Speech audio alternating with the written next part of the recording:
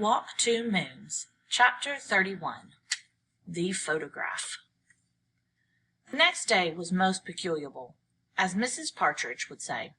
Phoebe arrived at school with another message, which she had found on her porch that morning. We never know the worth of water until the well is dry. It's a clue, Phoebe said. Maybe my mother is hidden in a well. I walked straight into Ben when I went to my locker. The grapefruit aroma was in the air. You've got something on your face, he said. With soft, warm fingers, he rubbed the side of my face. It's probably your breakfast. I don't know what came over me. I was going to kiss him.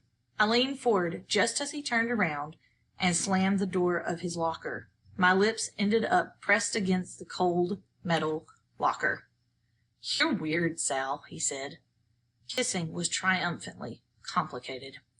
Both people had to be in the same place at the same time, and both people had to remain still so that the kiss ended up in the right place. But I was relieved that my lips ended up on the cold metal locker.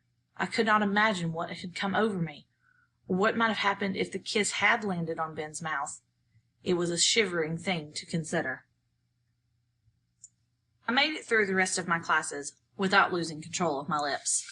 Mr. Birkway sailed into class carrying our journals. I had forgotten all about them. He was leaping all over the place, exclaiming, "Dynamite! Unbelievable! Incredible!" He said he couldn't wait to share the journals with the class. Mary Lou Finney said, "Share with the class?" Mr. Birkway said, "Not to worry. Everyone has something magnificent to say. I haven't read through every page yet, but I wanted to share some of these passages with you right away." People were squirming all over the room. I was trying to remember what I'd written. Mary Lou leaned over to me and said, "Well, I'm not worried. I wrote a special note in the front of mine, distinctly asking him not to read it. Mine was private." Mr. Birkway smiled at each of our nervous faces. "You needn't worry," he said. "I'll change any names that you've used, and I'll fold this piece of yellow paper over the cover of whichever journal I'm reading, so that you won't know whose it is." Ben asked if he could go to the bathroom. Christy said she felt sick and begged to go see the nurse. Phoebe asked me to touch her forehead because she was pretty sure she had a fever. Usually Mr. Birkway would let people go to the bathroom or to the nurse, but this time he said, "Let's not belanger."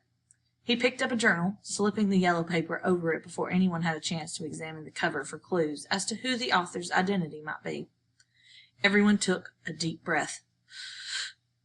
You could see people poised nervously, waiting as tensely as if Mr. Birkway was going to announce someone's execution.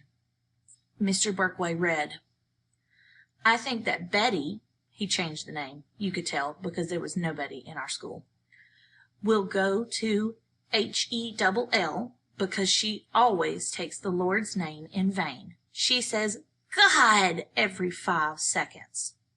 Mary Lou Finney was turning purple. "Who wrote that?" she said. "Did you, Christy? I bet you did." Christy stared down at her desk. "I do not say God every 5 seconds. I do not, and I am not going to Hell. Omnipotent. That's what I say now. I say omnipotent, and Alpha and Omega." Mr. Birkway was desperately trying to explain what he had enjoyed about that passage. He said that most of us were not aware that we might be using words, such as God, that offended other people. Mary Lou leaned over to me and said, "Is he serious? Does he actually, really and truly believe that beef-brained Christy is troubled by me saying God, which I do not, by the way, say anymore anyways?" Christy wore a pious look, as if God himself had just come down from heaven to sit on her desk. Mr. Birkway quickly selected another journal. He read, "Linda," there were no Lindas in our class either, "is my best friend. I tell her just about everything, and she tells me everything, even things I do not want to know, like what she ate for breakfast and what her father wears to bed and how much her new sweater cost. Sometimes things like that are just not interesting." Mr. Birkway liked this passage because he showed that even though someone might be our best friend, He or she could still drive us crazy. Beth Ann turned all the way around in her seat and sent wicked eyebrow messages to Mary Lou. Mr. Berkway flipped ahead in the same journal to another passage. He read, I think Jeremiah is pig-headed. His skin is always pink, and his hair is always clean and shiny. But he is really a jerk. I thought Mary Lou Finney was going to fall out of her chair. Alex was bright, bright pink. He looked at Mary Lou as if she had recently plugged a red-hot stake into his heart. Mary Lou said, No, it isn't what you think. Mr. Berkway liked this passage because it showed conflicting feelings for someone. I'll say it does, Alex said.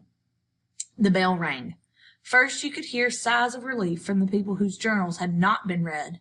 And then people started talking a mile a minute. Hey, Mary Lou, look at Alex's pink skin. And hey, Mary Lou, what does Beth Ann's father wear to bed? Beth Ann was standing 1 inch away from Mary Lou's face. I do not talk on and on, Beth Ann said, and that wasn't very nice of you to mention that.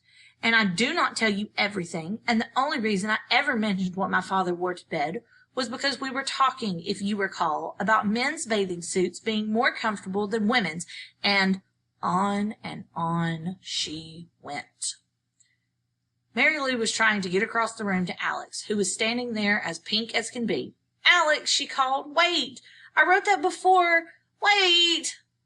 It was a jig-bang of a mess. I was glad I could get out of there.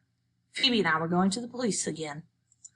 We got in to see Sergeant Brickell right away. Phoebe slapped the newest messages about the water in the well onto his desk, dumped the hairs which she had collected at Mrs. Cadaver's house on top of the message, and then placed her list of further items to investigate on top of that.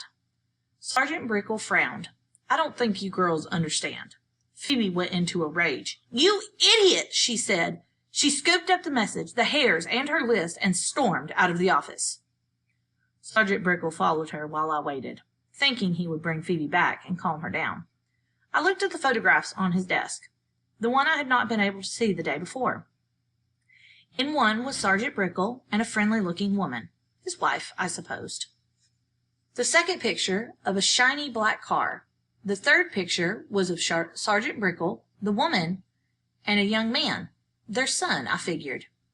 I looked closer. I recognized the son.